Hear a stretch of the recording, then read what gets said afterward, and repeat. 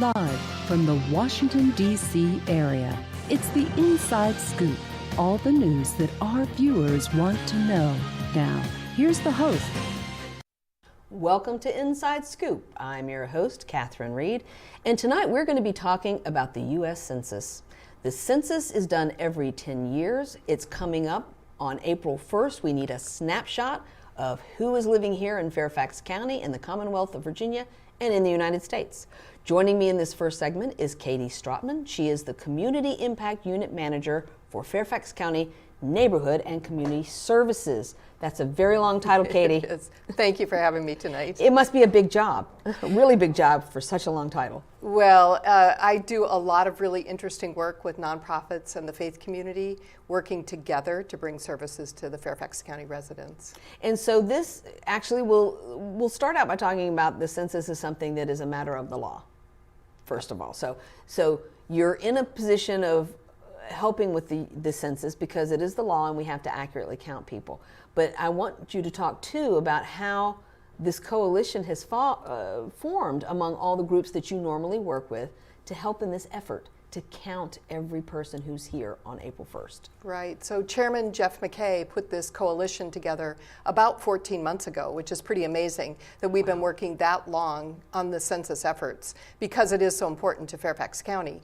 So it's a coalition of about 45 nonprofit executive directors, faith community leaders, service organizations, county staff, a very diverse group of people that are committed to coming together to figure out some of the important strategies to make sure everybody in Fairfax County and of course in the country participate with the census. And it's a very unique coalition. I attended the September meeting that was held at the Dar al-Hijra Mosque, and it convened and there were speakers talking about, how we were going to put the word out there to help people understand why the census is so important. First of all, it's the law. So people need to understand this is not optional. Right. And that is kind of hard for us to wrap around. We think of it as being optional, whether I fill out a form or not. But it isn't. It is the law, and we're hoping that every resident in Fairfax County participates in the census. And for the first time ever, it will be online, which is very unusual. So people can participate by going online, getting a paper form, or calling by phone. But everybody does need to participate. It's important to how Fairfax County does business. It's important to the services that people use every day. So back in 1790, actually the U.S. Constitution addresses the need for a census. And the original idea was that you simply counted the number of people because the representation in our newly formed democracy had to represent the number of people. So let's think we had 13 colonies. There was a lot of back and forth about how you counted people. There were 3/5 of people, but we won't go into how they counted that in the original 1790 census. It's just important to know that the number of representatives in Congress and how people elected representatives within their colony or their state depended on knowing how many people were there. And it's still an important piece. It right? is an important piece. It's who we're going to send to Richmond or to Washington, D.C. So that's still a very important piece. And people need to remember that. Yeah. That our elected representatives, the district lines are drawn around population. But it got to the point after the 1790 census where they realized that they could add other kinds of questions that would help the government at the federal level and the state level and the local level understand who was living in their communities. Right, and that information is important not only to education, infrastructure, transportation, hospitals, deciding where we need those services, how many people are forecasted to come into the county, for instance, using that for businesses to make decisions about where they want to expand or if they want to come into the Commonwealth, for instance. So all of those pieces are being used. That data that comes from the census is vital to how we do our work. So, hundreds of years ago, the data was collected by census takers who came to your door. The interesting part is that census data is now available, publicly available. If you go to Ancestry.com, for instance, you can actually look up your family records and see, if your great-grandfather was a farmer, which a lot of people were back then, but it gives you some idea every 10 years of a snapshot of where your family even was in the United States, which I have found fascinating for my own family. how people ended up where they did. So from a historical perspective too, understanding how we went from agriculture to an industrial economy, to how people moved from the South to cities like Chicago and Detroit. The census helps us to understand the history of the movements of our population too. Right. And it's important to remember that that information is released every 72 years. So if I fill out the census, the information about me and my personal information will not be available for 72 years. Not tomorrow, Right. not 10 years from now. 72. Right. And they do that for a specific reason, really, the confidentiality that goes along with that. So it's aggregated data that's available for businesses, for instance, to use, but not for me to search on my family members from last year. Right, from 72 years ago. Right, right. But this information and the questions that get added are added for specific reasons. They're trying to understand more about how government, and in this case nonprofits too, can better serve the people who are living there. So who are the people, how many people are there in certain kinds of information. So as the census has evolved to add these additional questions, that was never the original intention of this piece of it. Questions have been added, and there was one that was proposed earlier this year that caused a lot of angst. And that was a question about citizenship. So it was ultimately defeated. The Supreme Court found that they should not add that question to the census. But do you think that people are still very fearful, not just of the question, but it's made them wonder about who has access to this data?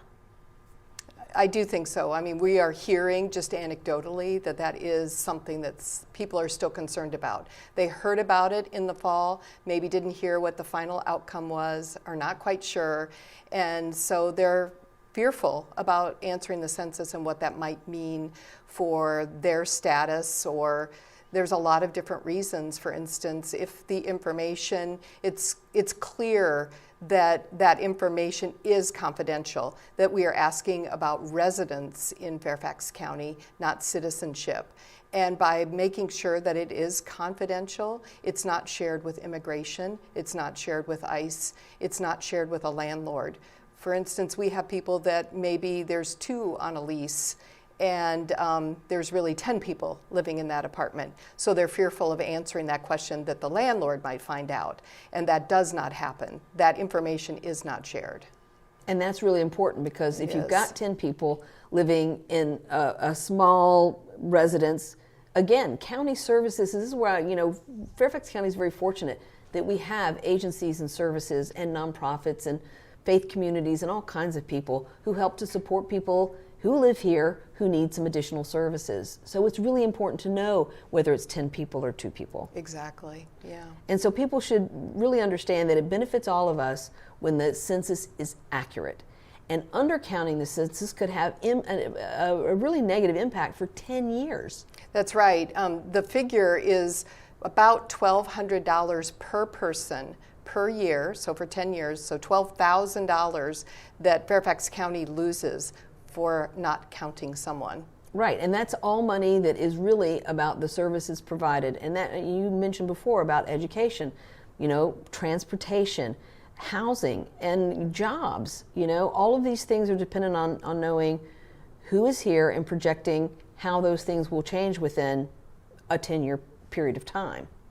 One of the populations that's somehow harder to count is children. And when you think about what that means, if we don't know how many children there are, say under the age of 5 in Fairfax County, it's hard to make plans then for early childhood education or building additional schools or Title I benefits, some of those kinds of things that are needed. Absolutely. And so when we talk about the fact that we need to count hard to count populations, you just mentioned children, people who are elderly, so we're like, oh, you could go online now and do it. Well, Right. Not everybody goes online to do things like that. So how do we reach people who are maybe socially isolated, that are not, they might get the postcard. And we should mention, I guess, that everyone should expect to get a postcard with a code on it that you then go online and you put your code in and you answer the census questions. But there might be people in communities that are just more difficult to reach or to assist even. Yeah, absolutely, and that's one of the reasons that coalition, that partnership that we were talking about with that committee, that we have those relationships with the faith community, with the nonprofits that are dealing with some of the exact people you mentioned, the hard-to-count populations, those that might be isolated, renters. Recent to the United States are some of those groups too. The seniors we mentioned, children under the age of 5 in particular, and millennials even. I mean, a lot of people don't even go to their mailbox anymore. So getting that postcard may be something that you don't ever even get in your mailbox, right? That is actually kind of funny. I can remember somebody saying that one of the good ways to reach a millennial is to actually send them something in the mail because they don't get any. Like, they don't get any mail. So if you actually sent them something in the mail with their name, and I was like, oh, there's something in my mailbox. How amazing. But it's true, and we should talk too about how we count kids who are in college. Right? Because there's a lot of people who are like, but my child is at school. So there's a whole special thing about that. Right. So if your child is away at a college or university, they are counted in what's called a group quarters. The Census Bureau deals directly with that university and does the counting that way. But if you're a college student that's living off campus, for instance, then you would be counting yourself. You would be counting yourself, which basically means your parents are texting you going, did you fill out the census? Right. Did you fill out the census? Did you fill out the census? Because that's kind of how it works. Yeah. So, but they are responsible for doing it themselves. Their parents are not responsible, and the university is not responsible if they're living off campus. That's right. Another thing that goes along with that group quarters, people might wonder about hospitals or nursing homes or shelters. And they do have special programs to deal directly with those managers of those facilities to make sure they get accurate counts too. And that does make sense because, especially for shelters, because it's such a transient population. Right. They have one period in time across the country where they are looking at shelters. And I'm sure that's true of homelessness too. Mm-hmm. Those experiencing homelessness, they do have a program where they're actually going out into the community on particular nights to do that. Yeah, I can remember, again, here in Fairfax County, that Sharon Bulova, when she was chair, actually went out to help with that count. For the point in time. For the point in time count for the people who are homeless. Yes. So, it's very interesting to me that we are making such an effort in all of these ways to make sure that we're counting everybody. And I want to discuss that further when we get back. And I particularly want to talk about how everyone needs to be informed, and we need to give accurate information to the people we come in contact with in our daily lives so that everyone understands that we all need to do this. It's the law. So join us after this break. We are going to be talking again to Katie Strotman, who is with Fairfax County. You may have heard people talking about the April 1st United States Census and wonder what it's all about. The census is a count of everyone currently living in the country. It happens once every decade, and it's at the heart of how Fairfax County serves our residents. The census helps determine how much funding Fairfax County receives from the $675 billion that the federal government allocates each year to improve transportation, provide education, health care, affordable housing, and prepare for emergencies. For each resident who does not respond to the census, Fairfax County could lose $12,000 in potential funding over the next 10 years. Imagine if one family of 4 doesn't reply, or 10 families of 4. The amount of lost resources for our community could really add up. The census helps Fairfax County decide where resources go based on where people live, including schools, roads, firehouses, police stations, and clinics. It establishes how many representatives we send to Richmond and Washington, D.C. to advocate for our community. You can have a big impact by completing the 2020 census. The U.S. Census Bureau will mail every household an invitation in March to complete a simple questionnaire about who lives at your address on April 1st. You can respond online, by phone, or by mail. The form will ask for names, age, sex, race, and the relation of everyone living in your household. To ensure a complete and accurate count, census takers visit residents who do not respond. Federal law keeps those responses safe, secure, and confidential. Your name and address cannot be shared with law enforcement, immigration enforcement, or any other government agency under any circumstance. The information is only used to create accurate statistics about the nation's people, places, and economy to help serve our community. In Fairfax County, we believe everyone counts, no matter how young, how old, or your immigration status. If you live here, we want you to be counted. Visit fairfaxcounty.gov/topics/census to learn more. And remember, in Fairfax County, everyone counts. We're back to the Inside Scoop. Here again, your host. Welcome back to Inside Scoop. I'm your host, Catherine Reed, and tonight we are talking about the census, the U.S. Census, which takes place every 10 years. Joining me in this segment is Katie Strotman. She is the Community Impact Unit Manager for Fairfax County Neighborhood and Community Services. Thank you for being here, Katie. Yes, thank you very much. I thought I'd spend just a little bit of time talking about the process because it's coming up soon. The middle of March, people should start getting a postcard in the mail. And it does give a code for them to go online and start to fill out the census. And notice I'm saying online, first time ever for people to fill out the census that way. That was not an option before. That was not an option before. But of course, as we mentioned, not everybody's comfortable with that. So if somebody is not comfortable, there is a phone line that they can call, or they can request a paper form too. It's also important for people to know that the census is available in other languages. The postcard does come in English, but there are other languages that can be requested, or online. There are multiple forms in other languages too. And if somebody can't find their postcard, or their postcard never arrived, or there's multiple people that live in the house, there's only one postcard that comes to that household, right, then there are still ways to go online and complete the census, even if they don't have that code. Oh, well, that's good to know. So good to know. That portal is going to remain open until about the end of July, so people do have time to fill it out online. But by about the end of May, if people have not completed it online, they start to send people out and to send additional forms and postcards and reminders in the mail. So the best thing to do is to actually fill out the online form as quickly as possible. And if that happens, you're done. Takes about 15 minutes. The questions are short. And if you get to the place where you have not done your census, that's when you'll get additional forms, or someone could come to your door. Right. So everybody just needs to do it. Like, make it easy on yourself. Right. But let's say that you're right, people who live in apartments particularly may be new to an apartment and their forwarding has expired, so who knows where their postcard ends up. So, if you get somebody else's postcard, don't use their code necessarily, but just go online. Well, the code is for the household. For that address. Okay. So it isn't to a particular person. So if you recently moved in and the postcard comes to that address, you can use that code. Okay, well, that is really good to know. And so what are some of the questions that people should expect to find on the census? Right, so name, age, birthday, sex, race. And it's also important to note what is not there, not on that list I just mentioned. So no social security number, no banking information, no security type question, what is your mother's maiden name? There's nothing that asks for a donation or a political party. So it's almost as important to know what's not there so that you're sure what you're filling out is the census, because we do worry about scams. Absolutely, and I'll be doing a show for the second time on Scam Jam, which is an event that is hosted between AARP. It's a collaboration between AARP and Fairfax County.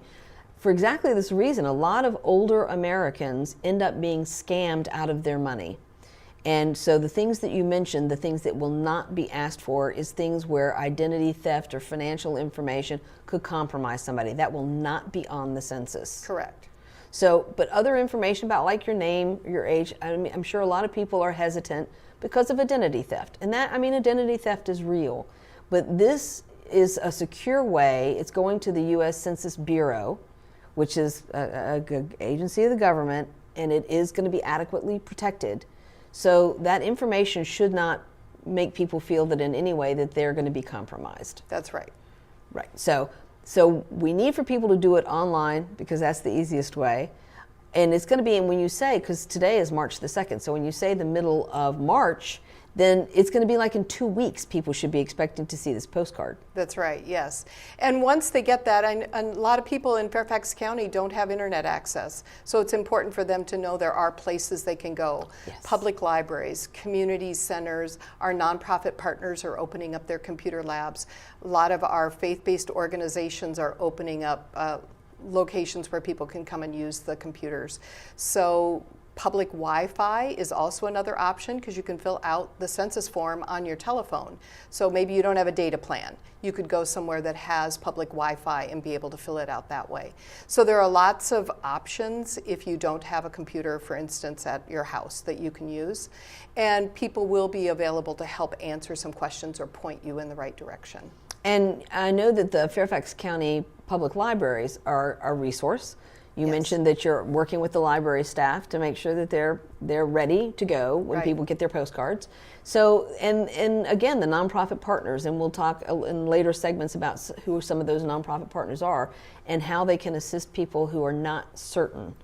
And again, some of that might be language issues as well, if you need it in another language. Right. If you need it in another language, or maybe you just don't feel comfortable filling out a form in any language, you can call and a Census Bureau will answer the phone and take your information in the language you feel most comfortable. And that's really important because we have to acknowledge that some people don't speak English as a first language, but some people are not necessarily literate in their native language either. So the telephone actually is an option if literacy just overall is a challenge or a hurdle. Right. So this is a snapshot though of April 1st, right? So you might be filling this out after somebody knocks on your door 15 times. You might be filling this out in July, but they really are asking for who's in your household as of April 1st. Yeah, they do have to pick a date so that they do get that information. For instance, if you have a baby on April 2nd, you do not list them in the census because Too late. April 1st is the date, right? So they have that point in time just so that people do have a focus. If they move later in the springtime or something like that, they're using their April 1st information. And maybe just to touch on too, you mentioned somebody knocking on the door. There are ways to verify that that is a census worker that's coming to the door. They have a badge, they have a bag that says that they are with the US Census Bureau. And there's also a phone number you can call like at that moment and verify that census workers are in the neighborhood. Oh, that's really important. That is really important because again, a lot of people end up being, especially the elderly, end up being scammed by people showing up to their door. So we all need to ask for identification, and the census takers are trained to expect that they should present identification and give people information that verifies that they are who they say they are. Right, right. So, once the census takes place, now I know that we're unique in Virginia in that we have a governor's race in 2021. So Virginia will be among the first states to get the results of the census data because we actually have to draw our lines for our election sooner than everybody else, I guess, in the United States. Right, so we will be using that data. That data actually ends up rather quickly with the president at the end of this year. So by December, a report is due of the information from the census. So it is a pretty quick turnaround. It is. And again, it makes sense for us to have it in Virginia simply because we have a need for it to redraw our political lines. And what are some of the other things, for instance, that the Fairfax County government uses that might use the data for, other than like schools, which are kind of obvious? Right. Well, there are a lot of different ways that is used for transportation, healthcare, hospitals, and also just for the forecasting. Fairfax County uses census data all the time to make determinations about future planning, and using that in the demographics office to actually, look through where we need to be in the future to be prepared for the numbers of people that we have in Fairfax County. And so I think you mentioned briefly at the beginning that Chairman Jeff McKay is the one who put this coalition together. So this is kind of brand new. We didn't have it back in 2010, which is the last time that the census was done in the United States and in Fairfax County. Describe a little bit how he convened such a large number of organizations to come together and work in such an efficient and collaborative sort of way. So there was a complete count committee in 2010. But this year, it is unique, I think, in the size and the diversity and the breadth kind of that have come together around this particular topic. And I think every single one of those partners that are a part of our coalition realize the importance of the census data. If you're a nonprofit executive director, you realize that you're using that information to make all sorts of decisions. County government, as we mentioned, is using that information. The faith community is using it. So it's really important to all of them. But the main point why we have all come together is really the more voices that understand the importance of the census and know the facts, it's so helpful to our community. Because if all of us are informed and know what is and isn't on the census or why it's important, we can share that with our neighbors and our friends and our networks. As we go on about our business, we should be telling people about the importance of the census. And really, and the census is not really a taboo subject either. Like, no. You can talk about it with your neighbors. You Right. can talk about it with the people that you run into. Like, I have people taking down trees in my yard right now. You should be able to remind people that the census is coming up and that it's so important to actually fill that out, especially people who may not have filled out a census. There are a lot of new people to our country, and there are people who may not have ever engaged with a census form before.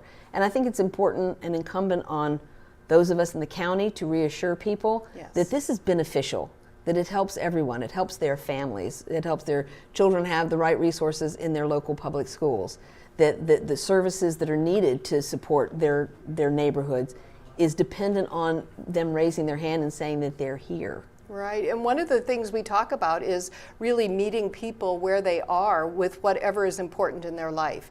So if children and education are important to you, then you can have a census little mini lesson, if you will, right, that's a good about idea. that. Or if transportation is important to you and the commute that you have, you could talk to people about the census data that goes along with that. So it's really meeting people where they are with the topic that's important to them, because it stretches across all interests. It does, and especially, again, people who have children away at college, be that expert in your group that says, oh, and by the way, if you've got kids in college, it makes a difference whether they're living in a dorm or they're living on, let me explain to you what that difference is. Because it's very helpful, and I think people should talk about it as the important sort of, just like voting. We all need to participate in the census, and we need to talk about it as it is an obligation. And as you pointed out, it is the law. It really isn't optional. They will track you down.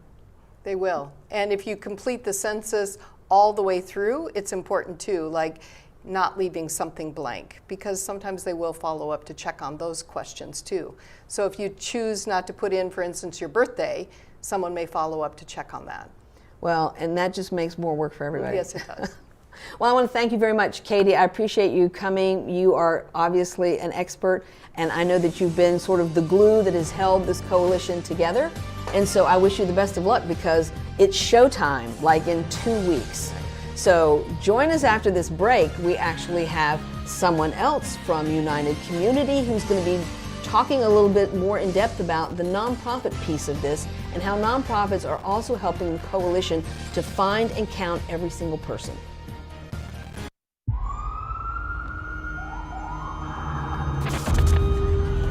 Opiates has taken everything and everyone I've ever loved away from me. Everything. I blew my ankle out and I got prescribed pain pills by my doctor. If making my detox public is gonna help somebody, I'm all for it. I just wish I would have had a warning. Opioid dependence can happen after just 5 days. Know the truth, spread the truth. Mom! I got it. What are you doing in there? I got stuck. Are you a dog? I wouldn't do that. Have you seen the pliers? Where'd you find those? It's not your birthday. Sorry. Bye, Grandpa. Bye, Grandpa. Take care of yourself. What are you doing? What are you looking for?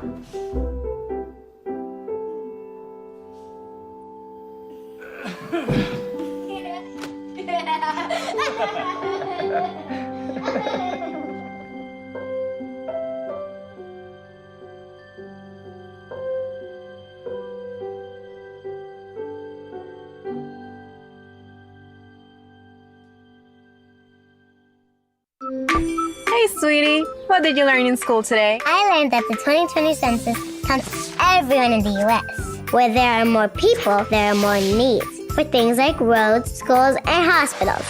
I learned that billions in funding goes to communities like ours because of the census. I learned that the Census Bureau collects data about communities in all states and territories of the U.S. Statistics in Schools offers free educational materials powered by census data. Learn more at census.gov/schools.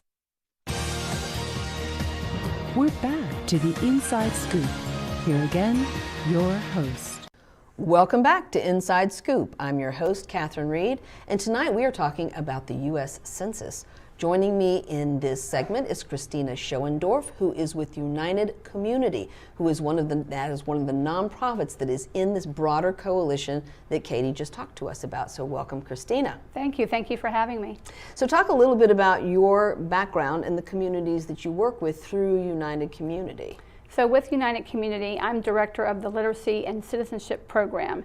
So we teach adult ESL to non-native speakers, beginners to advanced. We teach citizenship, prepare people for the U.S. exam, and we have an immigration attorney that does legal assistance with our low-income community.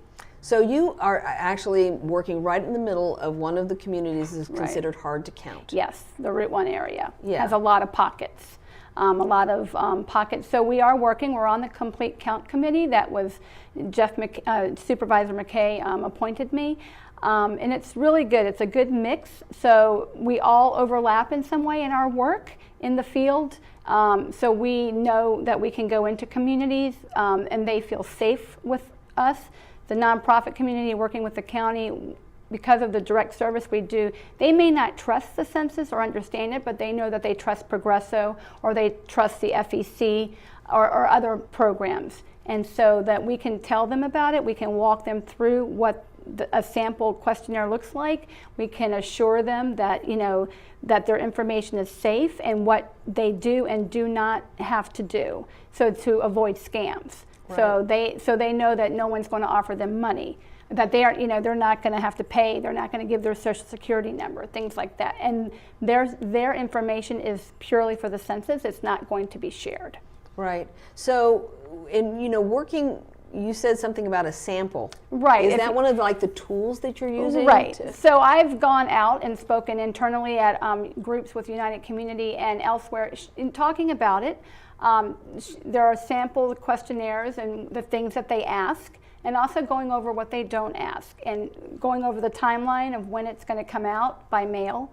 And then people that are worried about someone coming to the door, well, this is why you fill it out before, because you're not going to have anybody knock on your door unless they haven't heard from you. Wow. So okay. that's always be preemptive message. Be preemptive. Right. And for people that were here 10 years ago, okay, if you didn't have a negative experience, so you can expect the same.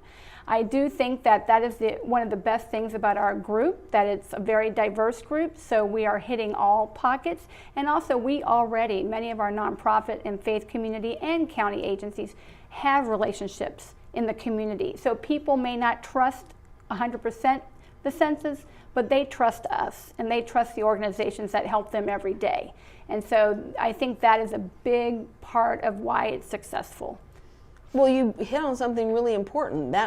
That makes sense to bring nonprofit organizations. I sit on the board of Bright Paths. Right. We run the Financial Empowerment Center at South County Very Government Center. Very active on Route 1. Right, and so you're right. You build you build relationships in the community. People see you every day. Right. So it's a trusted resource to say what is the census and to ask questions about the census. Right.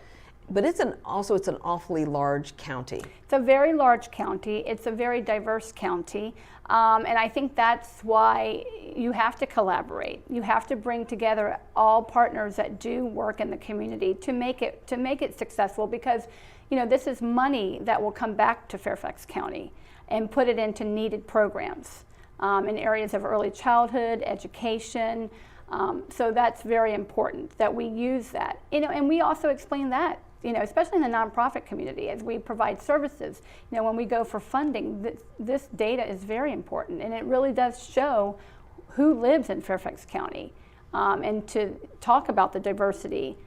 So that's important. So have people asked, or are you getting any feedback about the citizenship question, whether they're aware that there was one, but moreover, even if they're not aware that there was that, just the fact that ICE or immigration or law enforcement is somehow going to be privy to their data. There's always that fear that their information will be shared with immigration or ICE, but we reassure, again, going through what is on the questionnaire, talking about that, and also they know that when they come every week to ESL, or they go to the clinic, or they go over to the FEC, or they are in another one of United Communities community centers, they know that they trust the staff and the volunteers there. So they know that that they'll be safe, because they have, through a lot of our programs we do intake. We have to gather information on people that we serve. So this is the same thing, and it's safe, and so we just have to keep repeating that and showing, not just talking about it, but showing that their information is safe. And so we're kind of emphasizing a lot about the Hispanic community or Spanish speakers, but we also have like a very large Korean. We have a large Korean. We have a large and we have a large Arabic, and we have at Progresso alone we have 17 to 18 different languages at a time. People from all over the world in our ESL classes.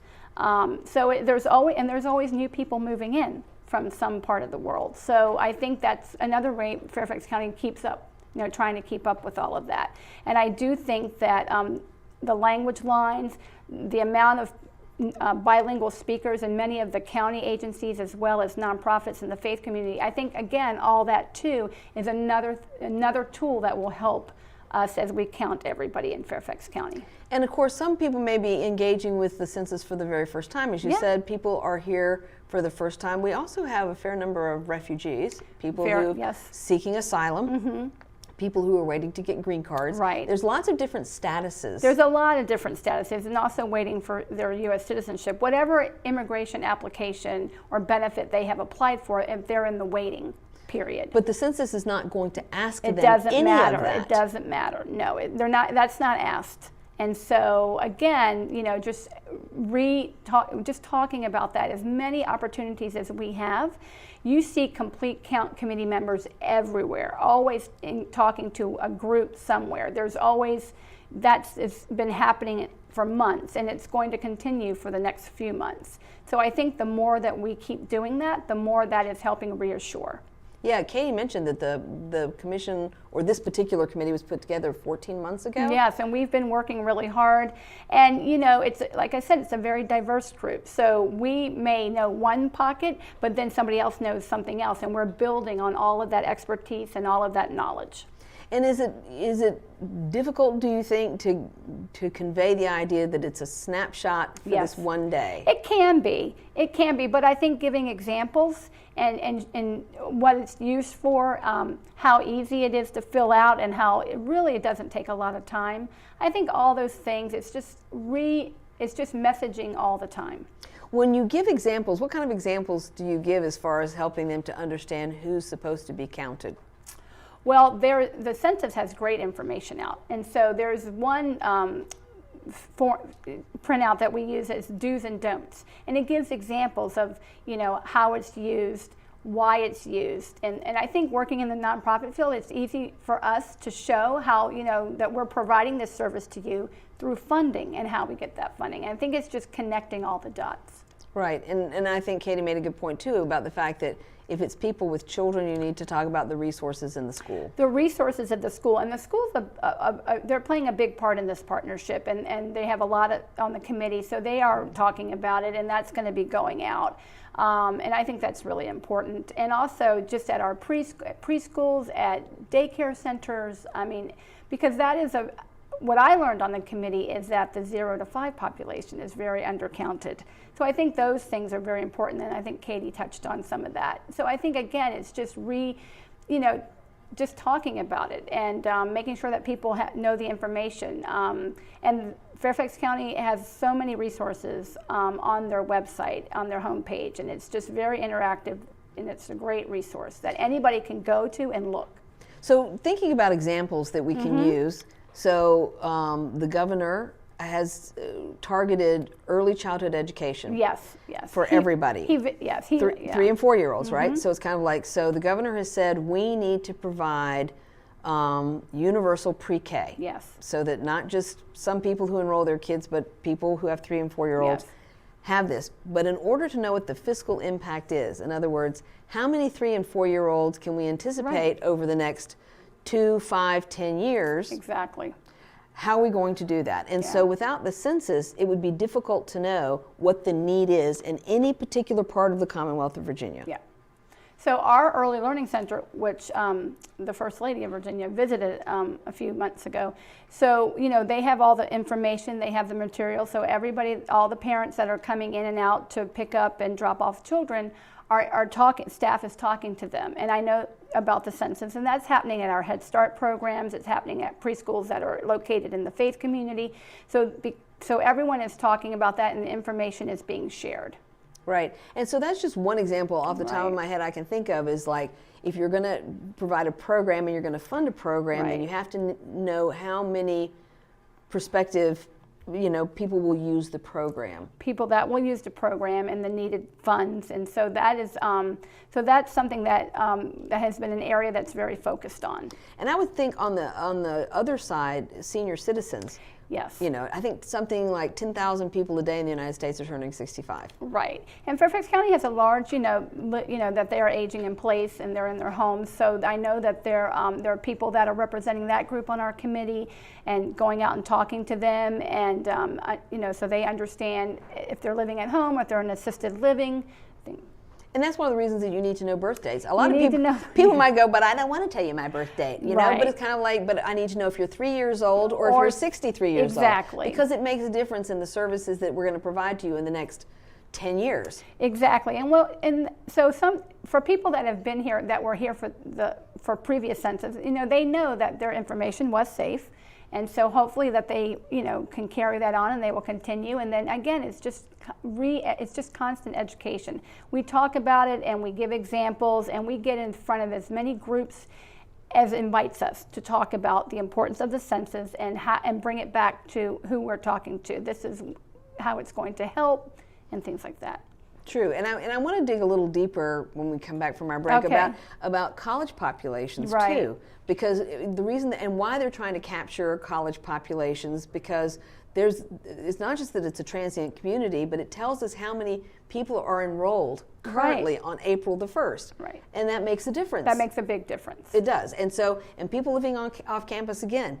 Down in Blacksburg, I've been there. I'm sure you have too. And it's kind of like there's not unlimited capacity for housing off campus either. So these are some of the things that the census helps you figure out who's living there. And then to project who needs services. So when we come back from our break, we will be talking with Cristina Schoendorf. She is with United Community, and that is one of many partners that are in this Fairfax County Commission trying to help us count every person on this U.S. Census. So please join us after the break. We will talk with Cristina some more. Cada 10 años, el Censo de los Estados Unidos ayuda a determinar cuánto dinero recibe el condado de Fairfax del gobierno federal para brindar servicios como transporte, educación y vivienda. En marzo de este año recibirá una invitación para completar un cuestionario confidencial sobre quién vive en su hogar en el día del censo, que es el 1 de abril. Puede responder en línea, por teléfono o por correo.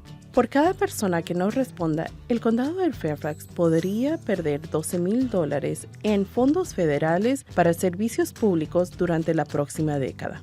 Imagínense si una familia de 4 no responde o 10 familias de 4.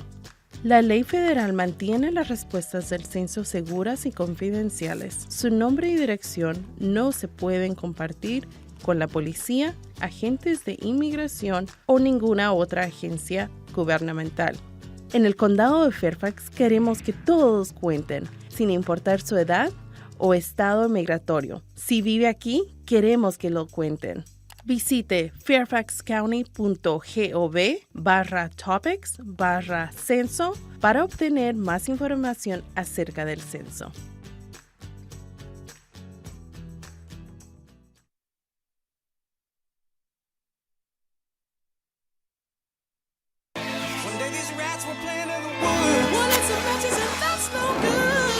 listen to smoke before you give it a try. Only you. Don't play with matches, don't play with fire. Cause there's nothing very funny about rigged out fight, nothing very nice on a homeless mind. So if a gorgeous force is what you desire, don't play with matches, don't play with fire. Only you can prevent wildfires. Fire! We're back to the Inside Scoop. Here again, your host. Welcome back to Inside Scoop. I'm your host, Catherine Reed, and we are talking about the U.S. Census, which takes place every 10 years, and here it is, time to do it again. Joining me in this segment is Cristina Schoendorf, who is from United Community. Thank you so much for being here, Cristina. Thank you again for having me. So we had a call from John in Manassas who wanted to ask about any information being shared with landlords, or the possibility that information about the number of people living in a house would ever be given to a landlord. So the information that is put on the census form is not shared with the landlord or anyone. So there's no, that is a question we get a lot actually, because we have a lot of people living and renting, especially in the Mount Vernon area. But no, it's not shared with anybody. Census does not share information. And we need to reassure people of that. We have to reassure people, and the census takes that very seriously. So when we meet, they have their representatives, I mean, they don't share it. So it's for the census, so it's not going to be shared with your landlord, it's not going to be shared with anybody. It's not going to be shared with anybody in immigration or anything. But there are certain, and we'll use the Route 1 quarter as an example. Yeah. Needing to know how many people are living there, the density. The density, there's a lot of, people live in homes and condos, apartments, trailer parks, mobile home communities, so it's very dense. And so we need to know that because, it's very important. Unlike the suburbs where people are a little more spread out, when you have people kind of living on top of each other, there are different kinds of services that are needed. Very much so. Like public transportation. Public transportation is very important. Public transportation. Public libraries. Public libraries have gotten to be this new community center. It is. People go there for the books because they're free. Your library card is free. They go there to use the computers. The computer is... Kids go there after school. Kids go there after school. We actually teach ESL class at Sherwood Hall Regional Library. So you're right. It's used. It has a lot of publications in different languages, so people can go read their papers, from other countries. But I think it's they're a big partner, and they do. They have the computer labs. They have all the information there. So that's an important community centers. So neighborhood and community centers. South County, the Highland Government Center has computer lab. So, and like Katie had mentioned in her segment that, community centers and anybody that has a program with computers are opening those up. So for people that do not have access to computers. Right. And even for things like parks, because I did a show once on Blake Lane Park, and the fact that there are certain areas that have high density housing and not a lot of green space. Right. So the census data will also point you in that direction too, like how many people are living in this area and versus how much green space there is for the number of people. Right. I'm sure there's probably some calculation. There probably is, but I think those things are important. I think when you think about the census, it's 20 minutes. It takes about 15, 20 minutes to fill it out, but what we get from it is can help Fairfax County in so many ways, as funding and looking at who lives here. And again, people tend to gravitate to communities. We've talked about a Korean community, and people tend to move into areas where people speak their language, share their customs or their faith. And so that's the other thing that the census helps us to understand too, is how we've distributed some of these particular communities throughout the county, throughout Northern Virginia. And that's true, and especially in the Route 1 corridor, I can speak to that. We have many different pockets. Like you said, they're with their faith community, their jobs. They know people from their home countries, and they do build communities within communities. And I think it's a great thing. And I think as we reach those populations, and it's helpful, like, when we partner with the mosque and we partner with the Catholic Church and all that. So we are very involved with the faith community, and then they help us with their congregations. So I think we were talking about a neighborhood, was it Chililangua? Chililangua, yeah. Chililangua, which is like this little neighborhood that's named for where these people came from in their home country. And the fact that they gravitate there because people speak their languages. Well, you can go up and down from Huntington to Fort Belvoir. You can and see in all the little neighborhoods, and you can know the communities that live there and sort of the representation there. And that makes a difference because some of these populations speak an indigenous language. Yes. It's not necessarily Spanish or Portuguese, it's just their own indigenous language. And what I find helpful with communities like that, they tend to have somebody in that community that's active and that is a leader and acts as a leader. So having, making sure that we know who those people are so they can help us inform people and educate them on the census and the safety of it, and as well as the importance. Now that must be a challenge, like to figure out who is the mayor of Chililangua, who is the informal mayor of Chililangua. But I think that's another great thing about the committee is that somebody on that committee will know, or know the avenue we should be going through to connect with the right person. And I think about, Katie talked about the data's not released for 72 years. Yes. But here's the interesting thing. What we know about the history of our country, and the Lower East Side of New York is a great example. Right. They actually have a wonderful tenement museum tour that tells you that Germans came there first. Then the Irish came there first. Then Eastern Europeans came.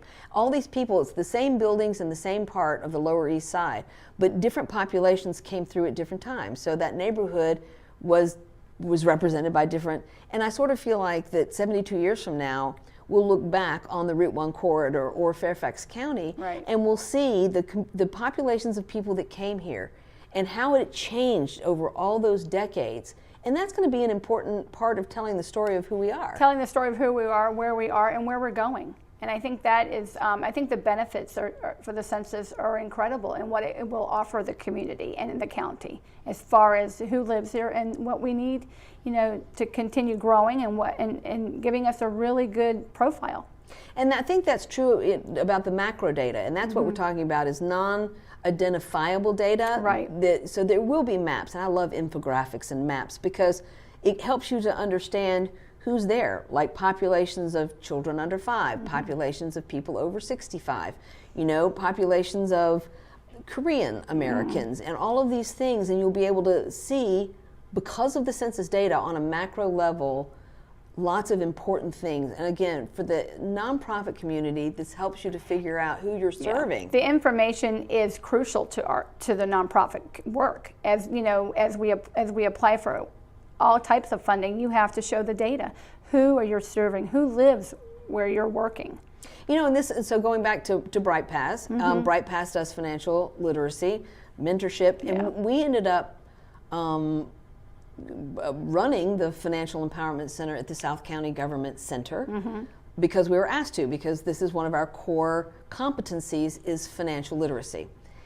But the fact that we staffed a second location, which was not really in our plans years ago, but that's where the people are. And you're talking about you meet people where they already are. So when you're doing financial literacy and financial mentoring and pre-workforce development programs, which is what we're doing, we have to go and be where the people are. But census data is one of the things that helps us to understand where the communities of people we're already serving or who need our services the most, where they are. Where they are. And United Community partners with Bright Paths, and we do a lot with the FEC. And it's another example of how collaboration is really important.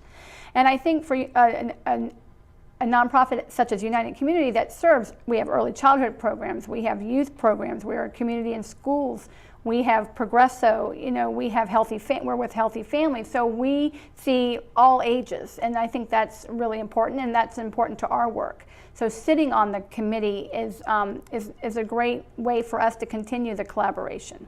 Yeah, and another wonderful organization, Neighborhood Health. Neighborhood Health. And my husband sits on the board of Neighborhood Health. Oh, really? Okay, yeah, they're great partners. They do great work. They partner with a lot, right? They partner with a lot. Back to the collaboration. But Neighborhood Health, I don't even know, 19 centers, I don't even know now. But again, establishing where you're going to put a federally qualified health center is going to be dependent on where the people are. Because again, transportation is a challenge. So without knowing the data, how do you plan for where you open your next facility? Exactly. And transportation is crucial in the Route 1 area. And it's going to continue, I think, to be one of the biggest challenges of getting people to where the services are, or services to where the people are. Right. And you know, we're expanding 66. A lot of resources have been put into trying to figure out. And we have Embark. You know, moving people around the county. Yes, yeah. And I think people tend to stay in their little areas, so. But there are places, and you know them, so one part of the county, like the east part of the county, very different from the western part of the county. So the Centerville area, I call it a transportation desert, because there's really not bus service. There you can't get to a metro. You know, you almost have to have a car. Right, and where we are, you know, in Route 1, public transportation is, I mean, used by many. And then we have people that work, you know, they work in Crystal City, DC, in Old Town. We have Fort Belvoir right there. So we're, you know, now we have, you know, the Wegmans, the King, you know, Jeff Todd Way opened up. So we connect very easily to Kingstown and Springfield. And so bus routes, and that's another one we should mention. Where people live, where people work, in places like community centers, health clinics, and libraries. Right. So if the census data is kind of undergirding all of the planning in the county or adjustments that are made to try to look at the structure, to look at the infrastructure. Right, changing bus routes when like ridership drops, and that's caused a lot of problems too when they've changed bus routes. Well, for our clients, it affects their whole life, their whole day if something changes, because they have whatever they're doing that day. They have to they have to put in for their bus time. How many buses and how many buses and how many changes. And that's, you know, we have people that take the bus out to Inova Fairfax if that's where their appointment is. Right, and so we can't emphasize enough, or at least we're trying to emphasize very much, that our viewers need to understand that all of us need to be engaged in the census, because all of us benefit from it. We all benefit, you know, professionally, personally, it's a benefit, and it's crucial to Fairfax County. So we all need to kind of talk to our book groups. You have a funny story about your book group. Oh, yeah. My book club, we all have a lot of college freshmen. So, you know, just understanding, because it's not something I had to think about 10 years ago. And I think, you know, just we all, you know, that's what's great about the Complete Count Committee. You can send an email and get your answer. Somebody always knows one piece of something. And I think, you know, even coordinating to come on the show. I mean, I think it's just everything's going to benefit Fairfax County, and I think Chairman McKay, you know, putting this group together, sees that and understands the importance. So we should not be bashful about asking everyone we know, have you filled out the census? And if you do not want someone knocking on your door, that's the incentive. Fill it out, and then they won't. Then they won't knock on your door. And we should mention, by the way, that saying no soliciting does not prevent somebody from knocking on your door. The census is different. The census is different, so that will not protect you from somebody. That will not protect you, so just if you, if you don't file the census, somebody's going to knock on your door. Be nice to the person who knocks on your door. Thank you so much, Cristina. Thank you. This has been invaluable. I really appreciate it.